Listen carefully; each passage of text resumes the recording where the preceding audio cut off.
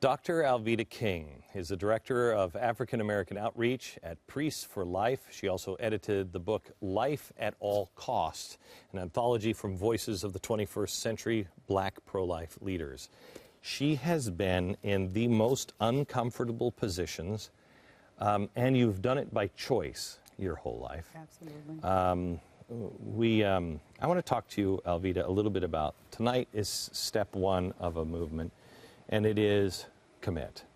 And honestly, if I were watching the show, I would say, yeah, okay, I'm pledged to be nonviolent. I'm going to pledge to be a better person and everything else. And I would not go to the website, and I would not sign my name. I wouldn't do what your uncle and your father asked people to do, and that is put your name and address here and sign and send it back in. Right. Now we have the internet, you don't have to send it back in. Why was this step important?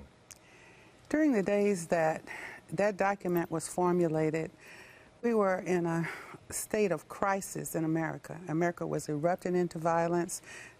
One ethnic group was hating another and fighting another. But as I was listening to your show before we came out, and by the way, Glenn, when you talk, you hold your hands in the form of a heart. I don't even know if you know that, but when you do that, really? it makes it straight into our heart. I was looking at that. Great. It just does it.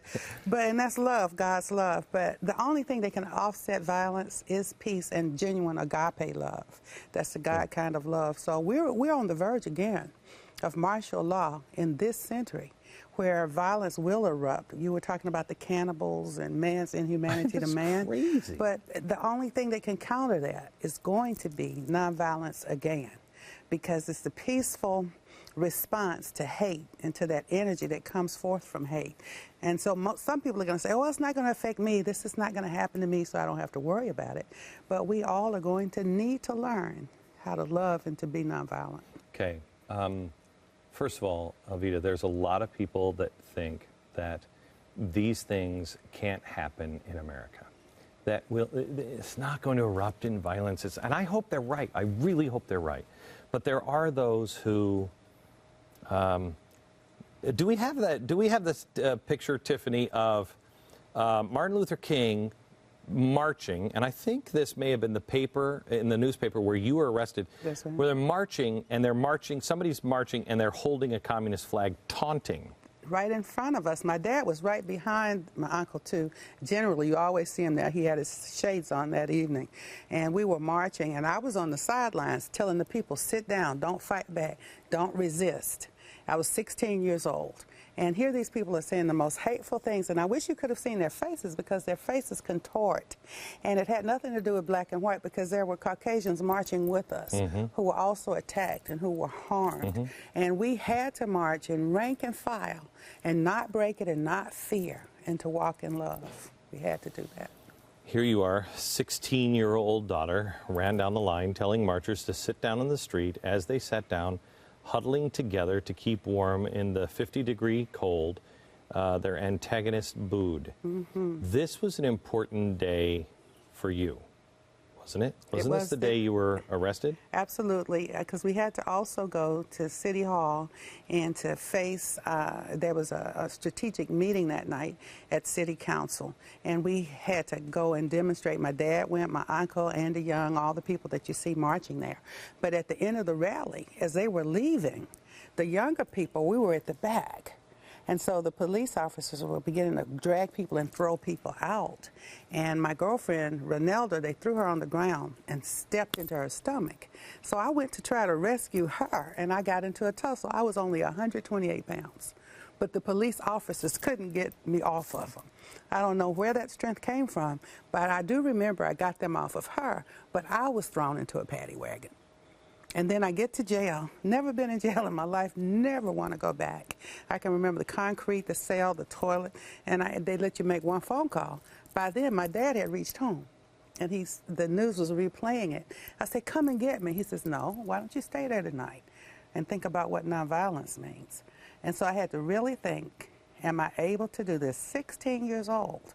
Went back, reread the covenant, committed, and I have honestly been nonviolent ever since then. What is the essence of the covenant?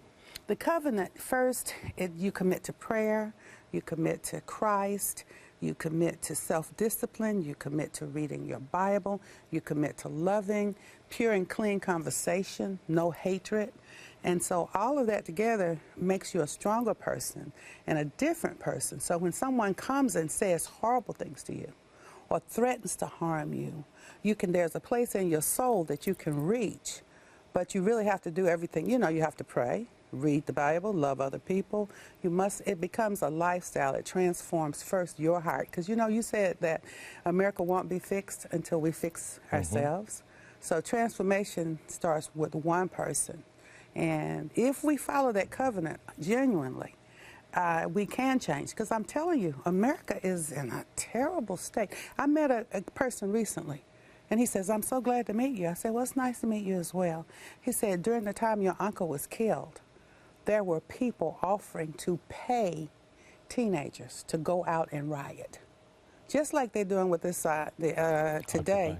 Al Sharpton, Jesse Jackson, encouraging people to riot, Occupy, all of that. It's the same thing, to incite people to violence and fear and hatred. Alveda, I talked to, last week I was on with John Stossel, the week before that I was on with Bill O'Reilly, and they all say, and most people say this, that we're not going to go through riots, we're not going to go through. You felt it last time. Yes, I did. How much does this feel? Because you're on the same receiving end again. How much does this feel like what you and your uncle and your father went through, your family? Well, my very good friend, Day Gardner, Day is going to join me tomorrow. And lately, we've been getting cursed out, called names, because we just stood up and said marriage should be between a man and a woman. And we recently said that. We're getting violence, hatred, yelling, screaming. We get it in the pro-life movement. That's what our book is about, and the pro-life leaders now. So, and it's not only, where it's really going to come from? The economy, when people are hungry and people don't have anywhere to sleep. I have a friend calling me now. His father was a professional, his mother was. They are deceased. This young man and his wife and children are homeless today. When people are hungry and fearful and cold and have nowhere to sleep, then that's just right at the point. All right. I want to talk to you about something that happened last week that I can't believe happened in our country when it comes to abortions and what people wouldn't stand up to protect, and to get an idea from you of what you think. I think this is man's inhumanity to man again, and a coldness that I've never seen before. We'll talk about that, and then just a recap again on love. Commit, and what you're committing to before we preview the good parts. Step 2, Step 3, and Step 4 this week. Back in a minute.